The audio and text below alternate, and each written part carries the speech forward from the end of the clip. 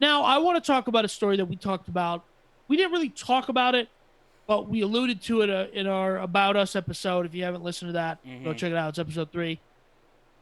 I talked about Peloton. Right. Oopsie doopsie. Oopsie doopsie. This is idiots versus idiots.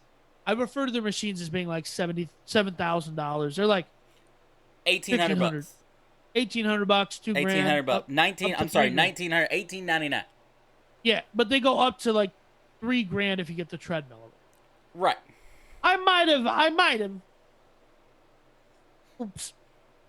But what's interesting is, in a New Year's kind of fashion, Peloton is acquiring the commercial fitness equipment manufacturer Precor. Is Right. it Precor? Mm-hmm. Precor? Precor. For $420 million. And I don't know how you feel about this. I think it's cool, but the thing that makes here's my reaction. That's all. Well, okay, but you're talking That's about it. it. You're talking about manufacturing. You're not talking about a company Right. that you're talking about a manufacturing company. You're not talking Right. about a company like well, when you say you and I are used to talking about stories where someone The just tech. acquired somebody for $420 billion, or you know Yeah. what I mean, or whatever, Like with a Slack or B, whatever it and was. now we're talking about just under half a billion, right? You know what I mean? But There's here's something more real to me about here's a physical thing you can touch. And some chubby guy like me on January 3rd runs on the machine for 2 minutes before he has a small aneurysm. uh-huh. And here's this chat room from AOL that you can put some code into. One is half a billion, the other one's half a trillion. Well, I mean, okay, well, but let's back up a little bit and look at the company Peloton. You're talking about a company that 80% of its revenue is still created by selling this product, selling the actual bike, selling the treadmill, selling a physical item. Only 20% of its income, and I only know this because it's a publicly traded company, 20% of its income comes from its monthly subscribers. That's what they ultimately want to build off of, because that's where you get to crazy evaluations, right? Your Yeah. audience. So here's my question: why do you think they acquired Precor? Well, because that brings right now, that's their moneymaker, and by acquiring it, their cost of that product, I'm still going to Okay. sell it $1,900. My profit off that's probably going to double or triple. And when Okay. that, because right here's what they're really look. Most publicly traded companies, or the ones that want to go publicly traded, are less worried about Pel- Peloton, Peloton or Peloton, whatever. Peloton is not currently, they are looking the long haul. They are looking stock Right. price, right? You're talking about a company, again, that's benefited from Dos Equis, a year of Dos Equis. This company was irrelevant a year ago, just over a They year ago. weren't irrelevant. Their stock price was $20 a share. It was probably never going to be much bigger than that.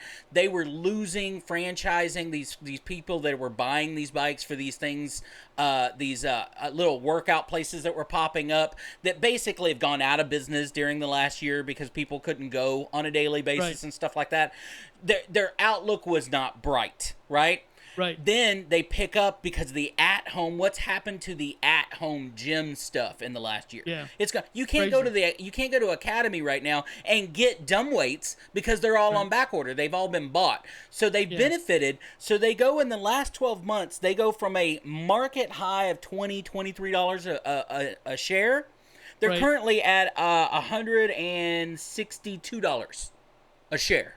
Okay. Well, Well, and then that gives you, what does that give you the money to do? The money to go out and acquire what our bread and butter currently is, which is a manufacturer to make our right. stuff. We bring our costs way down, which then increases the profits, then does what to stock prices? Up. Right? Okay. That's what their eye is on, because then they need to at some point turn to their subscriber base. How do they up their subscribers, right? And listen, I am a member and have been a member of Lifetime Fitness for a bajillion years. Right. The first Lifetime Fitness was opened in my hometown. Like not a nearby suburb, the suburb I was spent the most of my Oh wow. life in. And I go to the original one almost every day. When I'm in town. So listen, they were pushing when they paused because the various states had clothes or whatever. Sure. They're like, hey, join up Lifetime's online, blah, blah, blah. And it's included with your membership. And if we'll, because they're not charging you because you can't go in the club, but Right. we'll keep charging you $10 or $20 and you can use the online at home. So it is an expanding market where you get all of the benefits of a guided workout, all the benefits of a class with none of the. And listen, I don't like classes because I don't want to be that close to other people while they're exercising. I'm there with you. Okay, I'm not embarrassed about my size, but boy, it jiggles, you know? Well, I'm not embarrassed about that. I'm a guy that requires space, right? Yeah. I require I can't have space. nobody next to me while I'm trying to No, exercise. no. But look, and that's where Peloton and that kind of stuff, they bringing that into your house. That's their idea. But to Yeah, do that, they've smart. got to continue to grow their subscription, which isn't bad. I mean, you're currently talking about, I think it was $39 a month, right, or something like that. Right. But you've got to get that to the masses. You can only sell so many machines, right? And let me tell you something. I got a question for you now. Yeah. Ambushing you.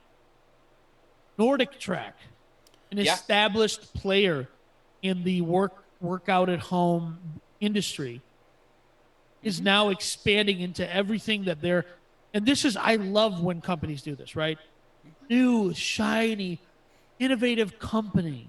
Ooh, we're tech focused and all this dumb buzzwordy crap. And then the established player goes, dude, we can do everything you're doing because there's nothing proprietary about it. And they just come in and crush them like bugs. And like watching, they just stomp on them like cockroaches. And then when they go from their $100 billion value to they're worth 10 million, they just come in and buy them up and go, ha ha. Well, look, I again being nimble, right? You and I Yeah. continue to talk about this. If Nordic Track or Peloton or whatever else, they buy that manufacturing, then guess what? I can not only make a bicycle, I can make a treadmill, I can make a Yeah. climber.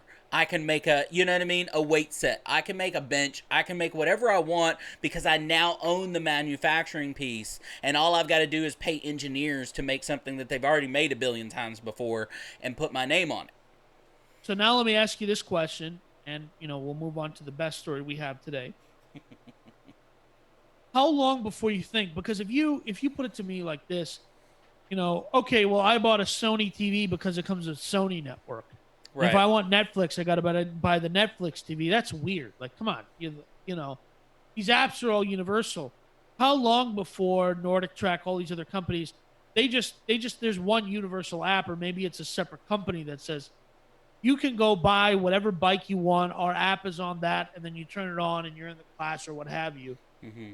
Do you think that's how this plays out in the long run, where you're just buying a treadmill, dumb weights, whatever you're buying, and you subscribe to whatever app you want that has the best workouts or the hottest trainer? I think the market is big enough. You're gonna have both. I used to work out in a gym. The gym itself went under.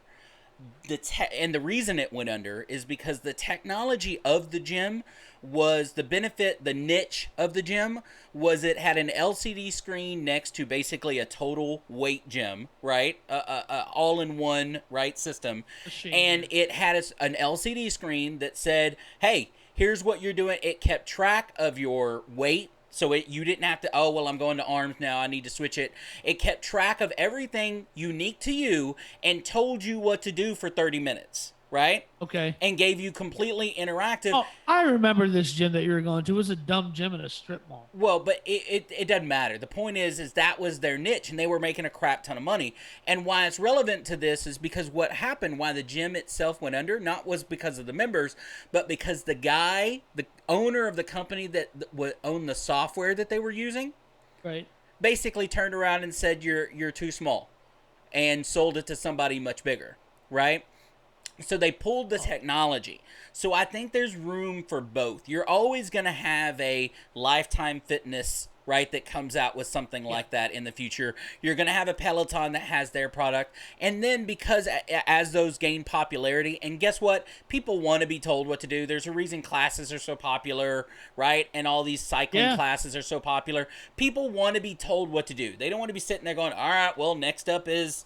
right? Whatever. They want to be told. I hear you. So there are third-party apps. I actually was listening to a Pat McAfee show the other day, and he had a previous NFL football guy that was on peddling his new app that essentially is, let me tell you, based on your body type, what you should be doing, right? So I think you're going to see both until somebody really catches, until there's a niche that really catches, that becomes that big name, right, in it. Right.